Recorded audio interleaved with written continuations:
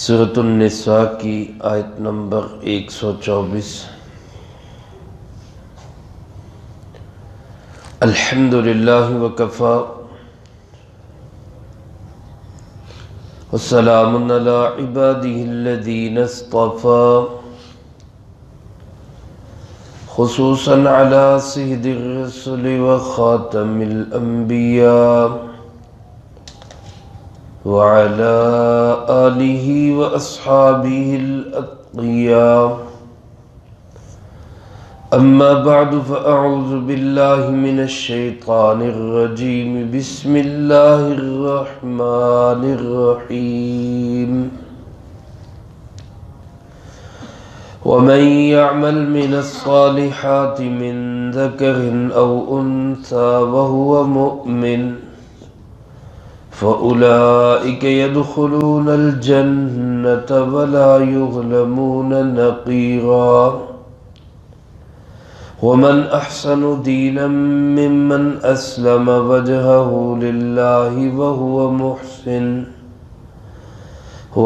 محسن واتبع ملة إبراهيم حنيفا واتخذ الله إبراهيم خليلا ولله ما في السماوات وما في الأرض وكان الله بكل شيء محيطا۔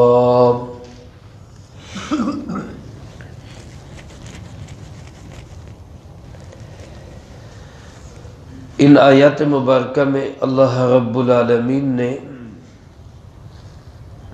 جزائے عمل کا ذکر کیا ہے، جس طرح کہ اس سے پہلی آیت مبارکہ میں سزائے عمل کا ذکر تھا کہ جو بھی برا عمل کرے گا اس کو اس کا بدلہ ملے گا۔ اس آیت مبارکہ میں عمل کی سزا کا ذکر تھا، ہر چھوٹے بڑے عمل کی سزا ملے گی۔ صحابہ اکرام رضی اللہ تعالی عنہم اجمعین اس آیت مبارکہ کو سن کر بہت زیادہ پریشان ہوئے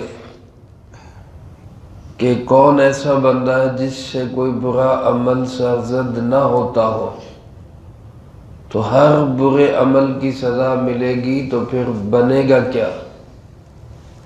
تو پیارے آقا جناب محمد کریم صلی اللہ علیہ وآلہ وسلم نے تسلی دیتے ہوئے فرمایا گھبرانے کی بات نہیں ہے، ایمان سلامت ہے تو ہر چھوٹی بڑی تکلیف بھی گناہوں کی معافی کا ذریعہ بنے گی، حتیٰ کہ فرمایا کہ کوئی کانٹا بھی چبھے گا اس سے بھی گناہ معاف ہو جائیں گے۔ تو جیسے وہاں سزائے عمل کا ذکر تھا، یہاں جزائے عمل کا ذکر ہے۔ جو کوئی نیکی کا کام کرے گا اس کو اس کا بھی بدلہ ملے گا۔ فرمایا وَمَن يَعْمَلْ مِنَ الصَّالِحَاتِ، جو شخص کوئی نیک اور صالح عمل کرے گا، من ذکر او انثی، مرد ہو یا عورت ہو۔ شریعت کے احکامات جس طرح مردوں کے لیے ہیں اسی طرح عورتوں کے لیے بھی، دائرہ کار الگ ہے، احکامات سب کے لیے۔ نماز مردوں پہ بھی فرض، عورتوں پہ بھی فرض ہے۔ مردوں کے لیے حکم ہے جماعت کے ساتھ پڑھیں، عورتوں کے لیے حکم ہے گھر کے اندر جتنا اندر ہو سکے اتنا اندر ہو کے نماز پڑھیں۔ دائرہ کار اپنا اپنا ہے، عمل ہر ایک کے لیے۔ جو کوئی جس طرح کا بھی نیک عمل کرے گا، مرد ہو یا عورت، وَهُوَ مُؤْمِن، شرط یہ ہے کہ وہ ایمان والا ہو۔ ایمان جڑ اور بنیاد ہے، ایمان کے بغیر کوئی عمل قابل قبول نہیں ہے۔ فرمایا وہ ایمان والا ہو، فَأُولَئِكَ يَدْخُلُونَ الْجَنَّةَ، یہی لوگ ہیں جو جنت میں داخل ہوں گے۔ ولا یظلمون نقیرا، اور ان پر ایک تل برابر بھی ظلم نہیں کیا جائے گا، ذرا سا بھی، معمولی سا بھی ظلم نہیں ہوگا۔ یعنی یہ نہیں ہو سکتا کہ کوئی نیک عمل کیا ہو اور وہ لکھنے سے رہ گیا ہو، اس کا بدلہ نہ ملے۔ ہر چھوٹی بڑی نیکی کا بدلہ ضرور ملے گا۔ اور علماء فرماتے دنیا کے اندر کسی نیک عمل کی توفیق مل جانا یہ بھی گزشتہ نیک عمل کی قبولیت کا نتیجہ ہے۔ اللہ پاک کسی کی نیکی قبول کرتے ہیں تو اس کو اور نیک عمل کی توفیق عطا فرماتے ہیں۔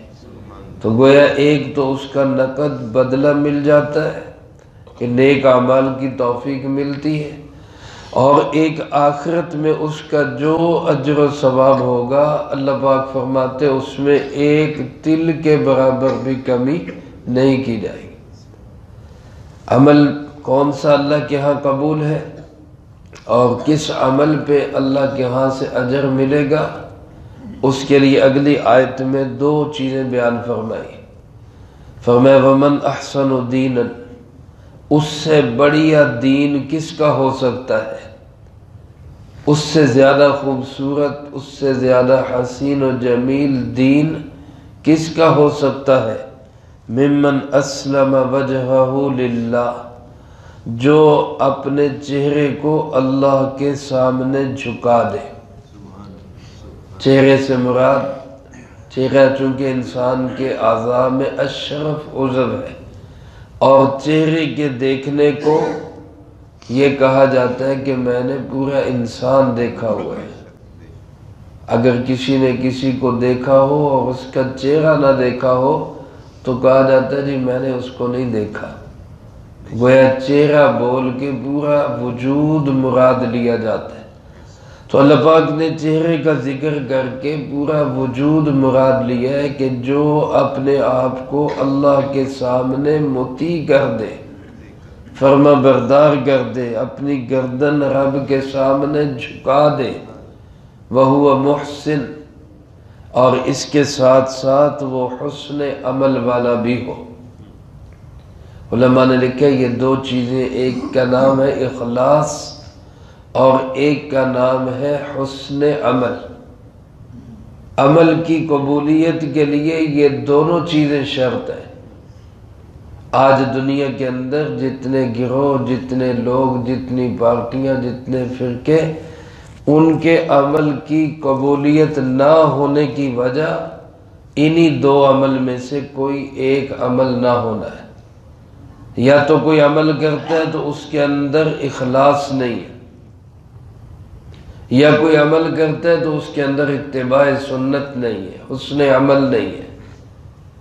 میرے محترم دوستو، کوئی بھی عمل بغیر اخلاص کے بھی قبول نہیں ہوتا، اور کوئی بھی عمل بغیر درست طریقے کے قبول نہیں ہوتا۔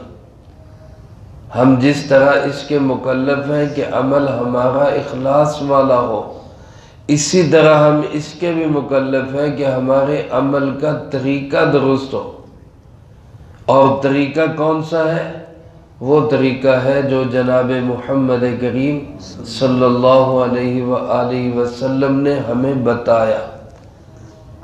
اب ایک آدمی جو ہے مثال کے طور پر بہت اچھے انداز سے وضو کرتا ہے، مسجد میں آتا ہے پورے اخلاص کے ساتھ، ذرہ بھر بھی ریاکاری اس کے دل میں نہیں ہے، اور فجر کی نماز پڑھتا ہے، اور فجر کے فرض 3 پڑھتا ہے، 3 فرض پڑھتا ہے، تو بتاؤ اس کی نماز قبول ہو جائے گی؟ نہیں۔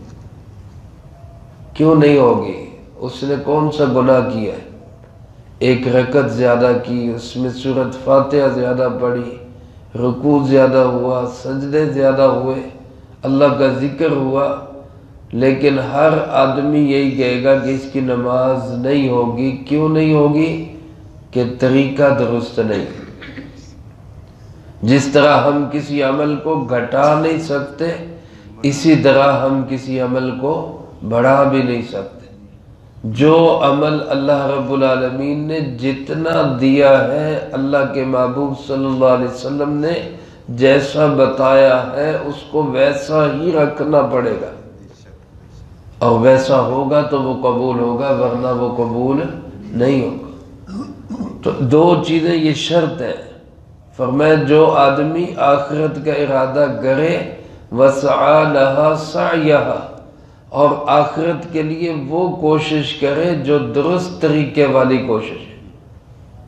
آج ہمارے اندر معاشرے میں یا تو عمل میں اخلاص نہیں رہتا، ریاکاری، دکھلاوا، نام و نمود، شہرت آ جاتی ہے، یا اگر بہت اخلاص بھی ہو تو ہر بندہ کہتا ہے جی نیکی کا کام ہے میں جیسے مرضی کر لوں۔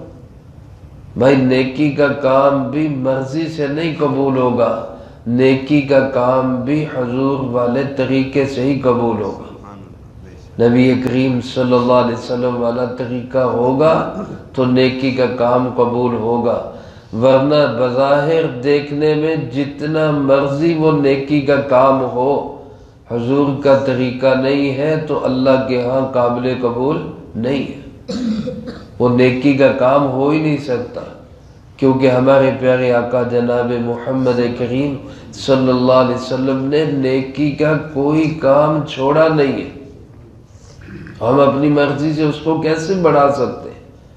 تو اللہ پاک نے یہ دو چیزیں شرط لگائی، اپنے چہرے کو مطیع و فرما بردار کر لے، یعنی اپنے اندر اخلاص پیدا کر لے، عمل صرف اللہ کی رضا کے لیے ہو، وَهُوَ مُحْسِن، اور اس کا عمل حسن والا عمل ہو، اور حسن والا عمل کون سا ہوگا؟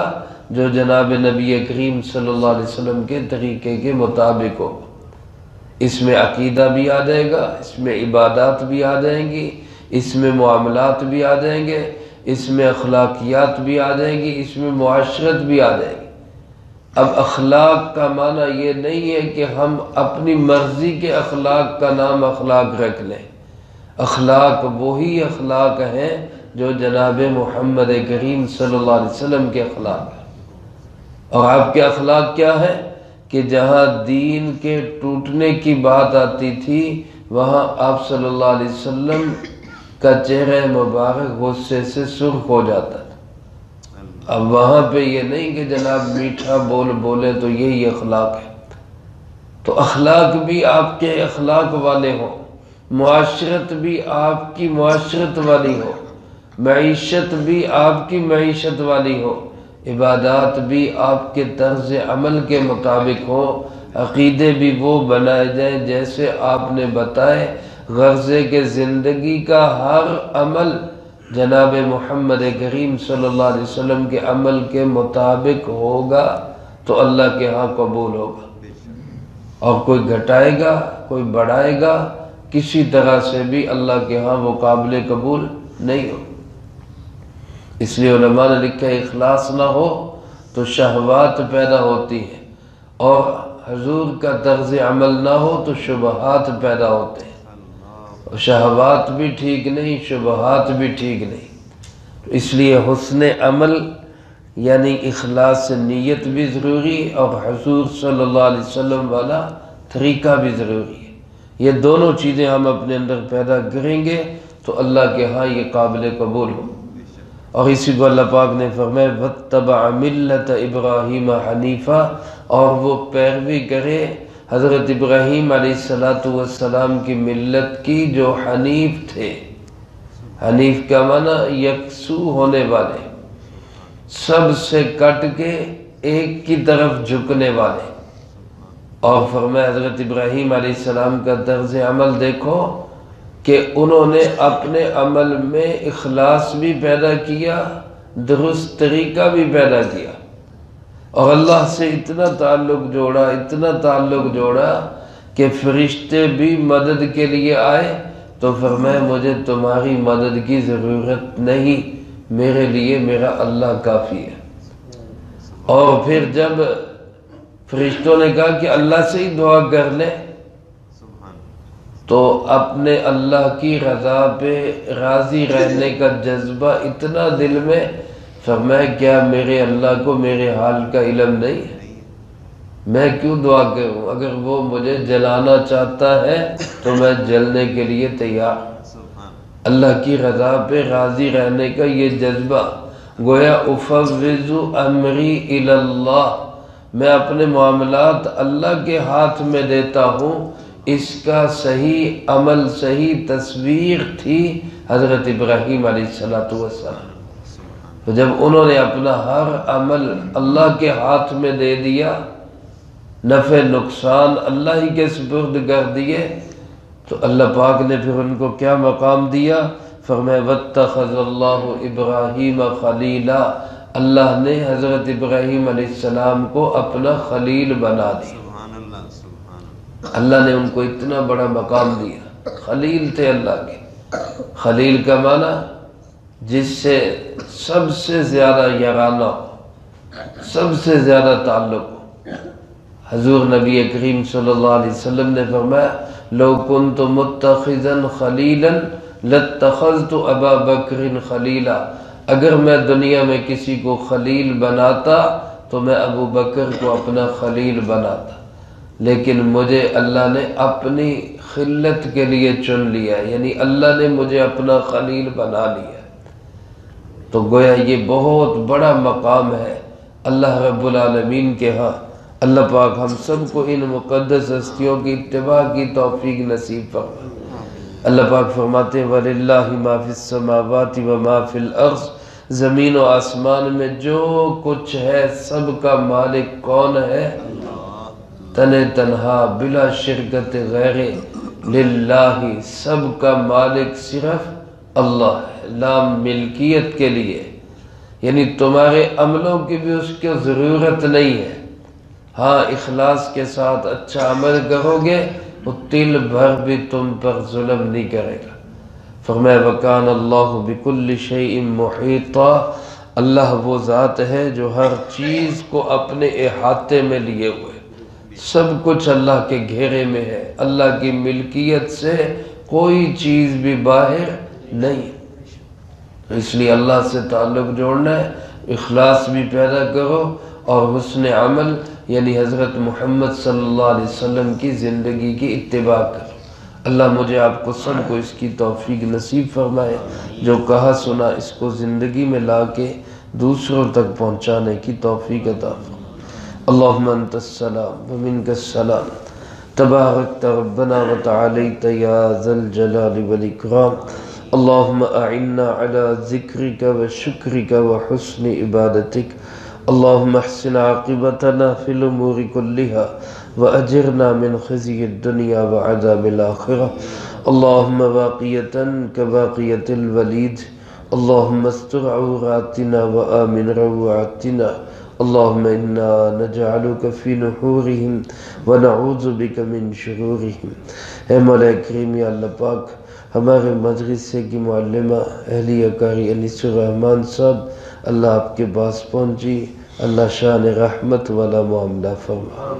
کل ہمارے مدرسے کے بھائی محمد علی صاحب کے بھائی احمد علی صاحب اللہ آپ کے پاس پہنچے، اللہ اپنی شان رحمت والا معاملہ فرما، اللہ عفو و درگزر کا معاملہ فرما، اللہ حسنات کو سیئات کو حسنات سے تبدیل فرما، اے اللہ اور زیادہ یا اللہ درجات کو بلند فرما، اے اللہ پسماندگان کو صبر جمیل نصیب فرما۔ وصلی اللہ علی النبی الکریم وعلی آلہ واصحابہ اجمعین برحمتہ۔